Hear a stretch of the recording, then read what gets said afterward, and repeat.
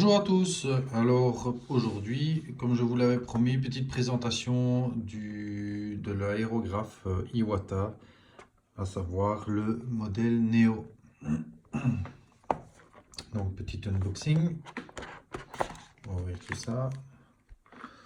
Bon, rien de particulier, la boîte relativement standard avec une mousse qui est faite pour bien que l'aérographe se loge dedans et ne bouge pas pendant le transport et ne s'abîme pas. Alors, qu'est-ce qu'on trouve dedans? Donc l'aérographe, une capse pour le godet 5 millilitres. Voilà, voilà l'aérographe en lui-même. Le Neo. Une petite clé pour démonter les buses. Voilà.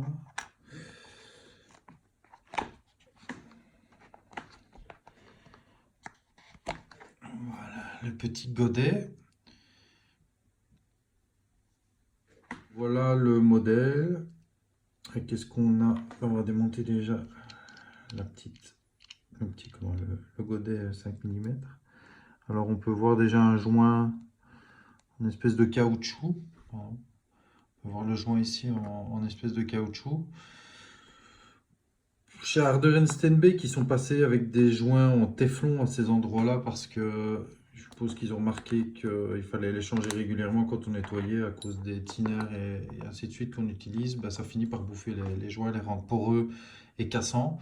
Donc ils ont changé ça sur les modèles plus récents du Affinity, et peut-être de l'Evolution aussi je pense. Donc c'est une partie qu'ils ont changé. Donc chez Iwata, sur le modèle, c'est un modèle entrée de gamme, hein. Enfin, comme ils le disent en tout cas. Ils ont changé ce petit joint en téflon. Pour le reste du corps de l'aérographe, ben, rien de particulier. On se retrouve avec un système avec une buse et un petit caps au bout. Là, rien de spécial non plus. Et ici, on va démonter la buse. Voilà, qui est chose faite. Donc, qu'est-ce qu'on a? Un petit point de graissage au niveau du filetage. Une buse, tout ce qui est plus traditionnel. Et alors, voilà.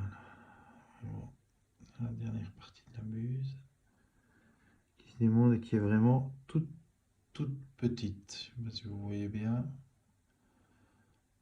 mes gros doigts. Là, voilà, la toute petite buse. Voilà, voilà, voilà.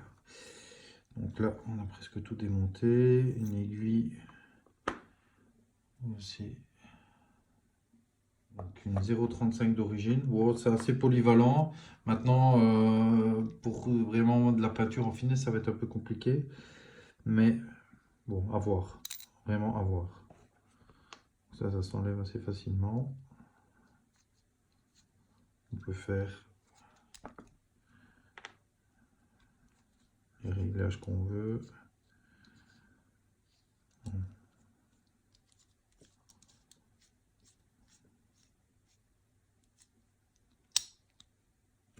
Ok. Donc pour ça, il n'y a pas vraiment de sens. Pas de souci. On le remet dedans. Voilà. Bon, somme toute, c'est assez standard. Il y a moyen de régler ici la pression aussi. En tout cas, la pression de la gâchette pour la descente du ressort. Ouais, voilà, voilà. Alors là aussi, ils ont mis un espèce de joint en caoutchouc. Il faut pas oublier de graisser, sinon ça peut un peu bloquer parfois. Là aussi, chez Harder Steinbeck, qui sont passés à un joint en téflon. Je pense que le joint en téflon va vraiment pouvoir coulisser dans le temps plus longtemps sans devoir le nettoyer ou devoir aller le graisser ou quelque chose du genre. Donc voilà, donc on a un aérographe qui est assez standard, à un prix d'origine qui est assez bas. Je pense qu'on est dans les 80 € je pense pour cet aérographe là. Donc avec une aiguille 0,35, c'est quand même relativement bon marché.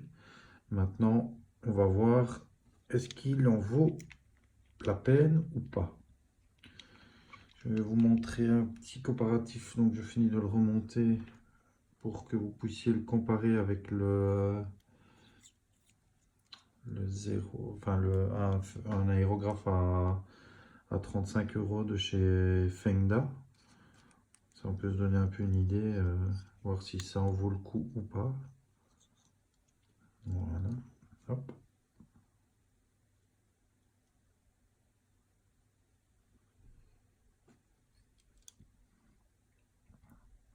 Donc, vraiment la buse est toute petite. J'ai pas encore trouvé l'outil idéal pour nettoyer ces petites buses là. Je vais un petit peu regarder chez Iwata s'ils ont, je suppose qu'ils ont un écouvillon spécial pour aller nettoyer ces buses là. Parce qu'elles sont vraiment petites quoi. Alors il n'y a vraiment pas besoin de serrer très fort. On met contre et une fois que le joint est comprimé, il n'y a pas trop de soucis. Pas besoin de serrer comme un bœuf. C'est des filetages qui sont faits pour la plupart en laiton. Donc il faut faire attention de ne pas trop serrer, sinon on a vite fait de péter le filetage. Voilà, voilà.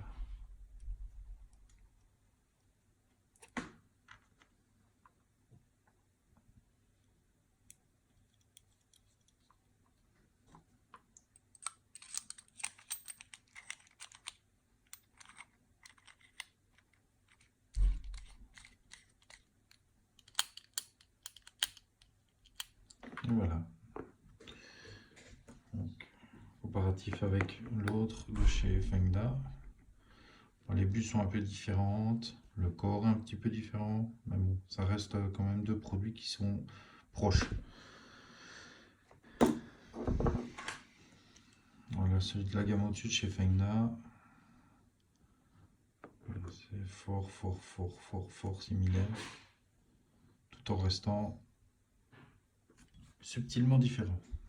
Voilà. Donc seconde partie, donc nous allons tester un petit peu comment l'aérographe se comporte. Il mélange le blanc dilué avec du X20A pour faire un pré-shading. C'est parti. Bon, ça va. Nickel.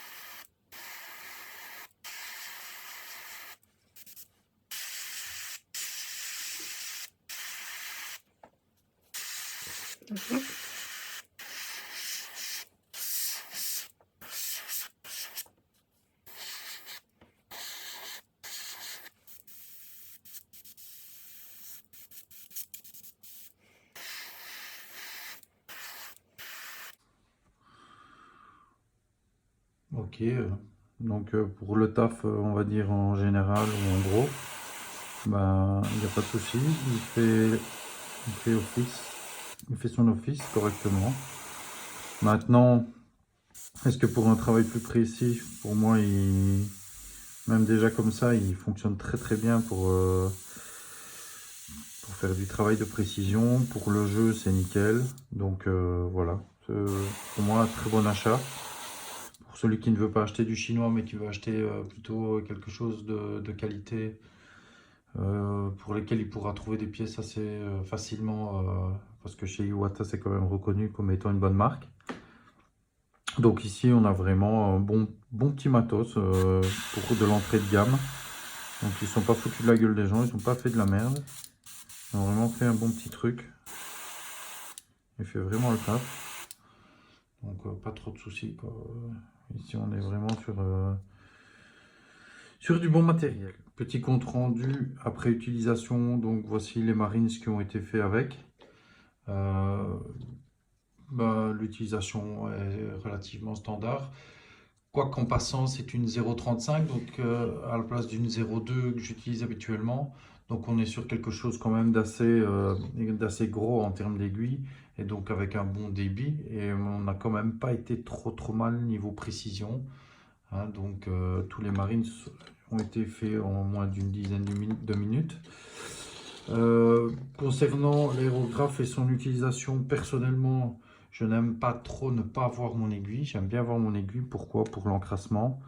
Donc, comme sur le modèle Fenga et tout ça, ben, je ne suis pas ultra fan de leur système de petits capots. Petite chose à préciser, c'est que le connecteur rapide n'est pas fourni dans le kit. Donc ça, c'est moi qui l'ai ajouté simplement. C'est du filet standard, hein, donc ici c'est le modèle de chez Harder Stenbay qui fonctionne très bien dessus. Donc voilà, bon aérographe avec un prix assez contenu et qui est très polyvalent. Donc voilà. La prochaine vidéo, ce sera normalement sur les peintures contrastes à ma sauce. Donc je vais vous montrer comment utiliser les peintures contrastes. En tout cas, comme moi j'aime bien les utiliser après avoir fait quelques tests. À bientôt. If you do not do what you are told to do, when you're told to do it, you will be punished. Do you understand? Aye, sir!